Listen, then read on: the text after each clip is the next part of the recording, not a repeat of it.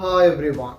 Bike வாங்கி வெறும் 3 நாட்கள் தனது நண்பரையும் அழைத்துக் கொண்டு பைக்கிலே ஒரு பயணம் சென்றுள்ளனர். இந்த பயணத்தின் பொழுது கோர விபத்து சம்பவம் ஏற்பட்டு பைக்கிலே பயணித்த 2 இளைஞர்களும் அதிலும் 17-18 வயதுகளையுடைய 2 இளைஞர்களும் சம்பவ இடத்திலே உயிரிழந்த சோகமான சம்பவம் நேற்று யாழிலே இடம்பெற்றுள்ளது.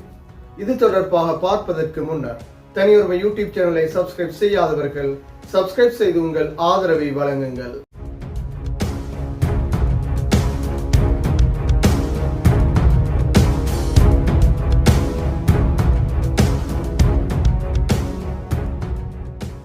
புன்னாலை கட்டுவன்வில பிரதேசத்திலிருந்து சுன்னாகம் நோக்கி நேற்று மாலை 6:30 மணி அளவிலே 2 இளைஞர்கள் புதிய பைக்கிலே பயணித்துள்ளனர். முன்னால் சென்ற மாட்டுடன் மோதி விபத்து சம்பவம் ஏற்பட்டுள்ளது.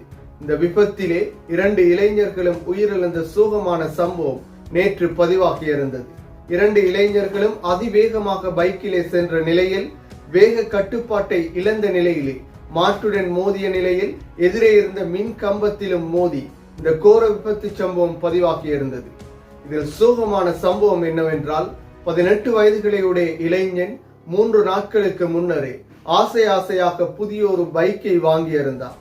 அந்த பைக்கிலே தனது நண்பரையும் அழைத்துக் கொண்டு இவ்வாறு பயணம் சென்ற நிலையிலே இந்த கோர விபத்து சம்பவம் பதிவாகியிருந்தது. என்றாலும் மோட்டார் பைக்கிலே வேகமாக செல்வதன் ஊடாக ஆபத்து மாத்திரமே எஞ்சி இருக்கும். இன்றும் இந்த குடும்பத்திற்கு இந்த பிரதேசத்திற்கு மிகப்பெரிய சோகத்தை ஏற்படுத்தியதாக இந்த இளைஞர்களின் உயிரிழப்பு காணப்படுகின்றது. வெறும் 17-18 வயதுகளிலே இந்த உலகிற்கே விடை கொடுக்க வேண்டிய நிலை ஏற்பட்டுள்ளது. எனவே பெற்றோர்களும் இந்த விடயங்களிலே கவனம் செலுத்த வேண்டும். பிள்ளைகளுக்கு பைக்கை வாங்கி கொடுக்கும் பொழுது அவதானமான முறையில் செயற்பட வேண்டும். அதிக வேகமாக பைக்கினை ஓட்டுவதன் ஊடாகவே இவ்வாறான விளைவுகள் ஏற்படுகின்றது. நாம் வாகனங்களை ஓட்டும் பொழுது, முக்கியமாக பைக்கை ஓட்டும் பொழுது ஒரு நிமிடம் சிந்திக்க வேண்டும். எமது பின்னால் ஒரு குடும்பமே காத்திருக்கின்றது. எமக்காக ஒரு குடும்பமே காத்திருக்கின்றது. உயிரிழப்புகள் ஒருபோதும் மீட்க முடியாது. எதிரே வரக்கூடியவர்கள் கூட எம்மால் ஆபத்தை எதிர்நோக்க முடியும். இவை அனைத்தையும் உணர்ந்தே நாங்கள் வாகனங்களை ஓட்ட முடியும்.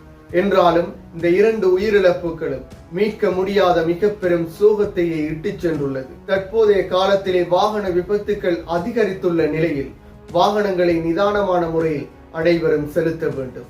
மீண்டும் ஒரு வீடியோ பதிவில் சந்திக்கும் வரை தனியொருமை யூடியூப் சேனலை சப்ஸ்கிரைப் செய்யாதவர்கள் சப்ஸ்கிரைப் செய்து உங்கள் ஆதரவை வழங்குங்கள்.